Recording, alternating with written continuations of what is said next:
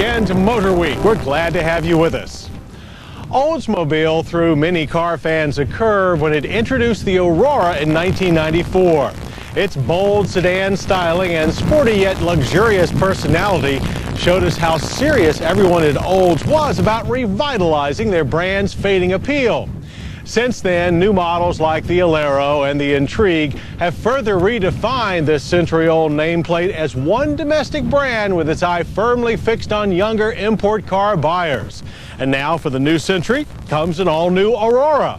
Is it another giant step forward for Olds?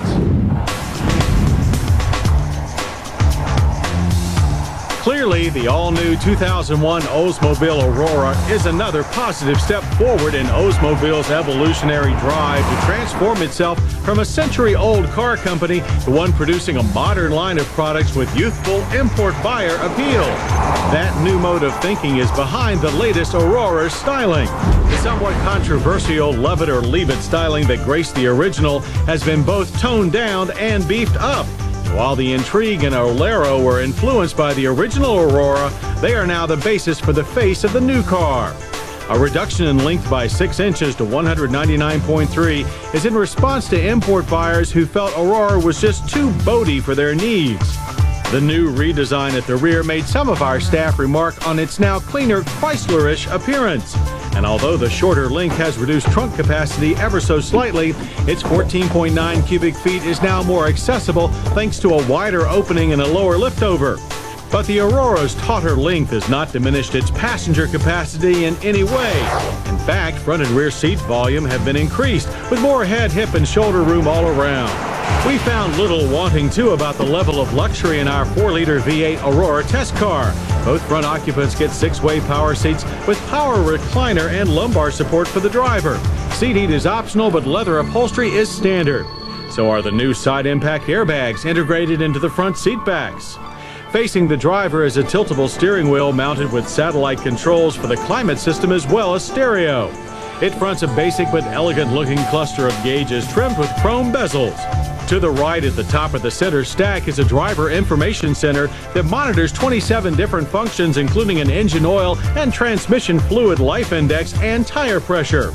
One step down are the dual-zone climate controls equipped with an auto setting and a 100-square-inch replaceable air filter. While just below, our tester came with the optional Bose sound system. It features both in-dash cassette and a single-disc CD player along with 8 clear speakers. It's all nicely surrounded with handsome burl walnut trim and low-gloss plastics. In the rear, you'll find ample room for 3 average-sized adults with lots of leg and headroom. And when you're toting just 2, you can take advantage of the cup holders and storage compartment in the armrest, or use the small pass-through located behind it. But regardless of who or what you're hauling, you'll find plenty of power under the hood at your disposal. And for the 2001 model year, there are 2 powertrain choices available. New to Aurora is this 3.5-liter double overhead cam 24-valve V6, rated at 215 horsepower and 234 pound-feet of torque. It's connected to a Hydra-matic front-wheel drive 4-speed automatic transmission. It's based on the engine found in our test car, this reworked Northstar-derived 4-liter twin-cam 32-valve V8, producing 250 horsepower and 260 pound-feet of torque. It also hooks up to a Hydra-matic trans, this one specially designed to handle the V8's higher level of torque.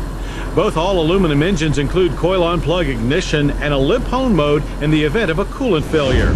Now, we never made it to the track with our Aurora 4.0 due to some unusually heavy snowstorms that left our test facility buried for several weeks.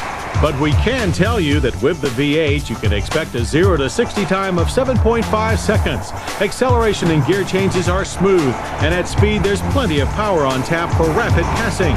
And even though the Aurora's wheelbase of 112.2 inches has been shortened by 1.6 inches and overall weight is down 165 pounds, structural enhancements and a refined suspension have kept the ride and handling at the top of their class. In fact, with its shorter overall length and vastly improved on-center feel to the speed-sensitive MagnaSteer rack and pinion steering, the Aurora is more agile than ever. And the standard traction control has also been supplemented by Oldsmobile's Precision Control System electronic stability program. It's also standard on the V8 Aurora 4.0. Along with the traction control, it reduces torque and uses the ABS-equipped four-wheel disc brakes to keep the car under control in the event of radical under or oversteer. As for availability, the V6 Aurora 3.5 is on sale first, with prices starting at $30,800, including freight. The V8 Aurora 4.0 follows with a base price of $34,975. With options, our tester rang up to $37,080. Prices are in line with other entry and mid-level luxury cars like the Lexus ES300 and the Lincoln LS. The 2001 Aurora is more than a step forward for Olds. In style, features, and performance, it's among the finest domestic brand efforts yet to lure buyers away from luxury name imports. The word Aurora is defined as the dawn. It's a new beginning definition that Oldsmobile hopes applies not only to the 2001 Aurora, but to the second century of Oldsmobile as well. The new Aurora was to become a real player among entry-level luxury sedans. Having just completed a 1,400-mile trip in the Aurora, it's clear that Olds has achieved its goals. While always a fan of the original Aurora, its cutting-edge styling was not to everyone's taste. Plus, it was such a slick-looking car outside that the interior was compromised. Not so the 2001 Aurora. The exterior is less radical but still stylish, and the interior is much larger. Yet it still feels intimate thanks to the signature wraparound instrument panel.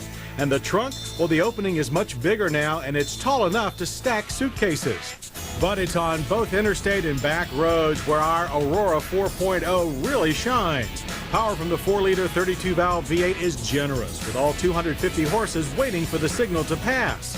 When it comes to cornering, we also have high praise for the car's balance, although we can't quite get used to the steering, which seems just numb enough, so we often are turning a little too much or not enough. The driver-to-car relationship does quickly improve with use, however.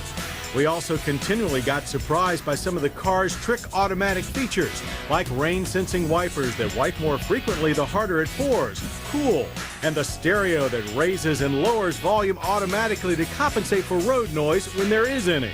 Rarely have we spent so much concentrated time in a sedan and enjoyed it more. Oh, and V8 mileage is even good, 21.3 miles per gallon as the odometer flips over 3,800 miles. Frankly, while recent sales may not always show it, we think Olds with the Aurora, Intrepid, and Alero has the best lineup of fun yet practical domestic sedans in the business.